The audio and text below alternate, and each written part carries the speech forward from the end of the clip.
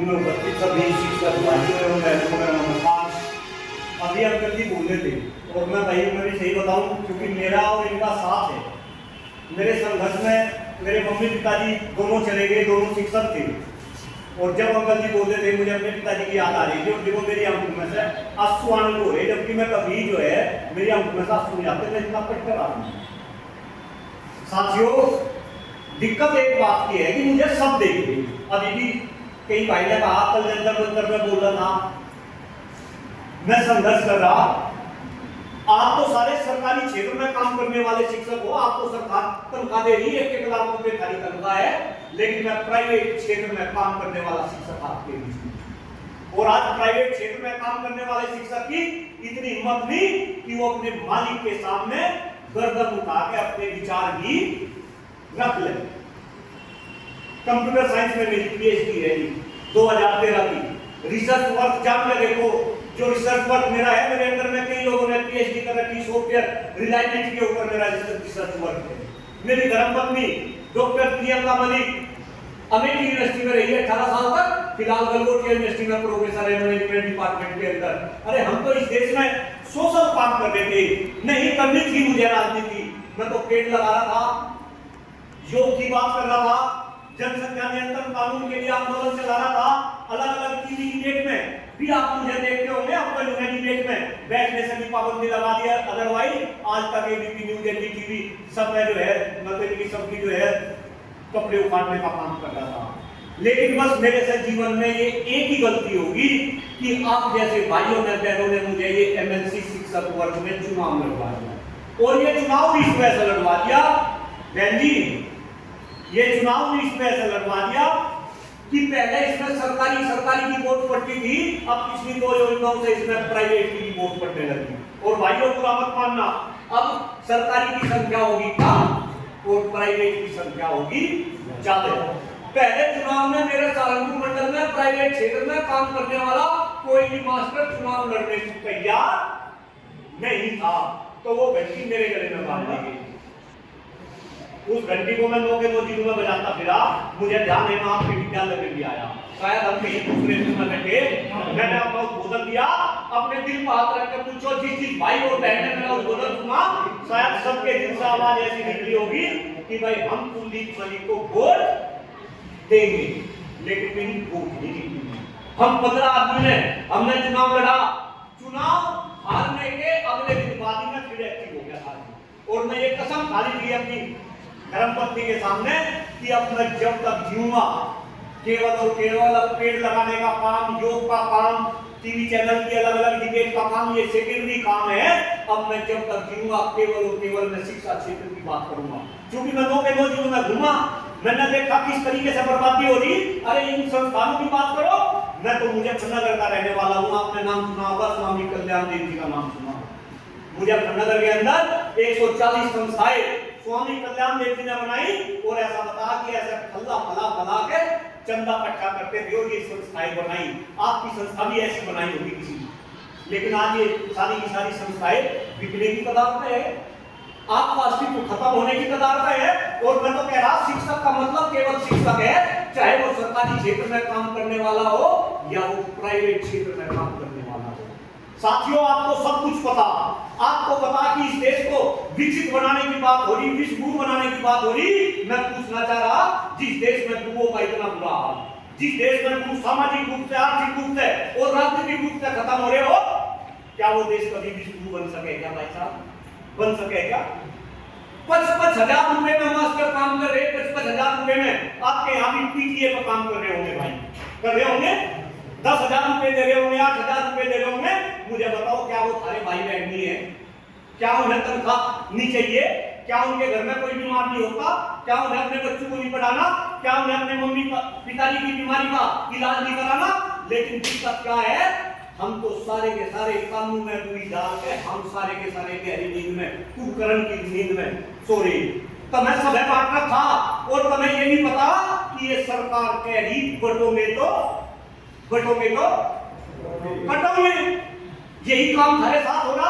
और मुझे तो देखो अदरवाइज मत लेना, दिल से बोल रहा चूंकि अंकल जी ने ऐसी ऐसी बात कर दी, पर मुझे तो मना करे लोगों को सरकारी में जाए ना कर, क्योंकि सरकारी वाले तय बोझ इस बार भी नहीं देंगे। लेकिन बोझ लेना तो बुद्धिमानी का पर्पज नहीं है। मैं तो केवल और केवल तुम्हें जागरूक करता फिरगा। अगर मुझे नेता बनना होगा, मुझे चुनाव अगर जीतना, तो देखो चुनाव तो मुझे प्राइवेट वाले जिता दे, मैं बुरा मानूंगा, दिल से बोल रहा। लेकिन मैं तो तुम्हें जागरूक करना भाई, अगर जागरूक होंगे तो तब भी वोट दोगे और तब भी बचोगे, ये देश भी बचेगा।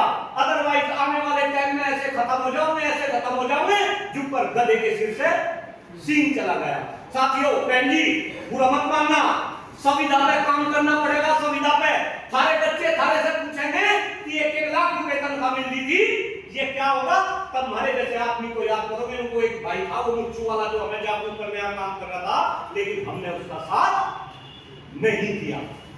फिर कह रहा पीएचडी है कंप्यूटर साइंस में, पता कर लेना। साथ के सारे इंजीनियरिंग कॉलेज में डायरेक्टर बन गए, कोई प्राइवेट यूनिवर्सिटी में डीसी बन रहा, किसी की भी तनख्वाह 4-5 लाख से कम नहीं। और बैंकी को मेरी घरवाली थी गलगोटिया यूनिवर्सिटी में, उसकी भी तनख्वाह मेरे से 4 गुना होती है। जब घर में जाऊं, हर धर्मपत्नी ये चाहती है कि उसका पति 5 बजे के बाद घर आ जाए, अपने बीवी बच्चों को टाइम दे। लेकिन जब से चुनाव हारा, शायद कोई दिन ऐसा होता होगा टाइम से घर पहुंचता हूं, अदरवाइज सारे भाई देख ले। लेकिन दिक्कत ये है, देख अपने बात कोई करना नहीं चाहता। भाई साहब, पूरा ना मानियो, कल भी अगर जंतर मंतर का बोल रहा था, वीडियो देख रहे थे, 4-4 लाख 5-5 लाख वीडियो चले, लेकिन थारे अंदर इतनी भी हिम्मत नहीं कि कम से कम वोट ना दियो। तो कह दो भाई, तू बढ़िया काम कर रहा, मैं लेकिन तू आ जा। तो मैं आपका हाथ जोड़ के निवेदन कर रहा भाई, क्या वोट दे। और फिर इससे बड़ा निवेदन कर रहा, अगर अभी भी संगठन से बंधना चाह रहे, शर्मा कुछ से बंधना चाह रहे, ठकुराई कुछ से बंधना चाह रहे, चेत नारायण कुछ से बंधना चाह रहे, तो देखो पहले नंबर की बात है, दूसरे नंबर की तो दे ही सको। नहीं भाई साहब, बुरा ना मानियो, वाकई में नहीं आने का, वाकई में नहीं आने वाली। हमारे यहाँ कहावत है कि दूध का जला छा में भी घूंघ मार मार कर दिया, इनका तो वही काम हो रहा। अगर तुम कह रहे ना पहले नंबर की, तो उसमें भी मुझे सख्त लगे, उसमें भी सख्त लगे, मुझे तो ऐसा लगे कि हो सके मेरी घरवाली भी मुझे वोट ना दे, पूरा ना माने, उसमें भी सख्त करूं। कभी कहे रुपए रुपए तो जनता पीछे है, मैं करना मैं तो तेरा भी भरोसा नहीं भाई, मैं तो अपना कर्म कर रहा हूं। और शायद मैं खाली जरूरत भी बन गई। एक बात और कह अपनी वाली को विराम दे रहा, अगर हमने चुनाव ना जितवाया तो पश्चिम उत्तर प्रदेश में शिक्षा क्षेत्र की आवाज उठाने वाला हमें कोई इंसान नहीं मिलने का, और संविधा पर काम करना पड़ेगा। सारे के सारे विद्यालय बिकेंगे, हमारी धारा कमजोर होगी। मैं तो अपने घर में एग्जाम्पल दे रहा हूं, मेरे मम्मी पिताजी शिक्षक थे, पहले पिताजी चले गए, मम्मी पिताजी को दोनों को पेंशन मिलती थी, फिर पिताजी की पेंशन मम्मी को मिलने लगी। भगवान हर जन्म में मुझे वही माँ दे, मैं अकेला बेटा हूँ, 3 मेरे बहने हैं। लेकिन कई बार मेरी मम्मी बुलाती थी तो भाई हमारे कमरे में आ जा, और उसे बहू को और लिया, और ये कहती थी कुलदीप ये ना मानिए, सेवा कम कर रहे, ये 67,000 रुपए पेंशन के लिए है, जिसके माथे में मारूंगी वही सेवा करेगा। थारी सेवा कौन करेगा? जितने बड़े भाई बैठे, ये यंग भाई बैठे, थारी सेवा कौन करेगा? ये जितने पुराने वाले तो पेंशन लेकर चले जाएंगे, मेरे भाइयों अनाथ आलय में सड़ना पड़ेगा, अनाथ आलय में। और मैं तो अपना कर्म कर रहा, ऊपर चले जाना, जिस दिन ऊपर जाऊंगा गर्दन उठा के सीना तान के भगवान के दरबार में खड़ा रहूंगा कि अपना कर्म करता आया, और जो साथ भी देगा उनकी सबकी नजरें नीचे झुकी रहेगी। तो खैर मैं ज्यादा बोल दिया अंकल जी ने, और मुझे उत्साह दे दिया, मैंने कुछ गलत बोला हो, हाथ जोड़ के थारा ही छोटा भाई हूँ, मुझे माफ करना। देखो मेरी तो गति हो रही, मैं तो बरगद के पेड़ लगाता फिरूं। अंकल जी ने तो 1.5 लाख बता दिए, कोई 1 लाख बतावे। ग्रेटर नोएडा में कभी आओ, देखो जहां भी खड़े होंगे ग्रेटर नोएडा में बरगद का पेड़ आपको लगा हुआ मिलेगा। 20 साल हो गए, एक का पेड़ अपने हाथ से लगा। लेकिन आप लोगों का भला हो, आप जागरूक बने, आप बोले तो मैं सारी बात का पता। बस एक बात और दिमाग में आ गई, देश की शिक्षा व्यवस्था ऐसी होगी, मैं गरीब परिवार का ही बच्चा हूँ। मम्मी पिताजी पहले शिक्षकों को बहुत कम तनख्वाह मिलती थी, मुझे तो आज भी ध्यान है, पिताजी एंट्री करा कर लाते थे 900 कुछ रुपए, पिताजी के थे 800 कुछ रुपए, मम्मी के थे, है ना। तो मैं गरीब परिवार से ही हूँ, 4 बहन भाई है, हम 4 को पढ़ लिए, अब से भी तरीके से काट रहे। आने वाले टाइम में शिक्षा व्यवस्था देखो, अमीर का बच्चा है, माँ की पेट से जब अगर जन्म ले रहा तो वो प्राइवेट विद्यालय में जा रहा, गरीब का बच्चा है तो सरकारी विद्यालय में जा रहा, सरकारी विद्यालय में वो सरकारी खिचड़ी खा रहा, सरकारी दलिया खा रहा। अमीर का बच्चा हॉर्लिक्स का दूध पी रहा, बादाम खा रहा, काजू खा रहा, एसी क्लासरूम में बैठा।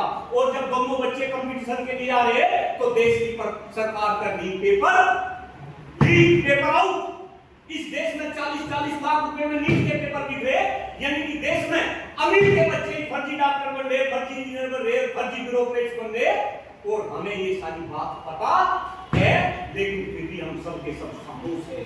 आप मुझे बताओ, मैं तो जंतर मंतर पे जा रहा भाई साहब, मीडिया के सामने बोल रहा, क्या वो हमारे शिक्षक नेता है, क्या मुझे जंतर मंतर पे नहीं जाना चाहिए भाई? गया कोई? आप देखो ना, मुझे किसी पॉलिटिकल पार्टी से मतलब, प्रधानाचार्य जी के पास भी गया, बहुत अच्छा रिस्पॉन्स मिला, मेरी तबीयत बड़ी खुश हुई प्रधानाचार्य जी से, और मैं बड़ा सरप्राइज हुआ।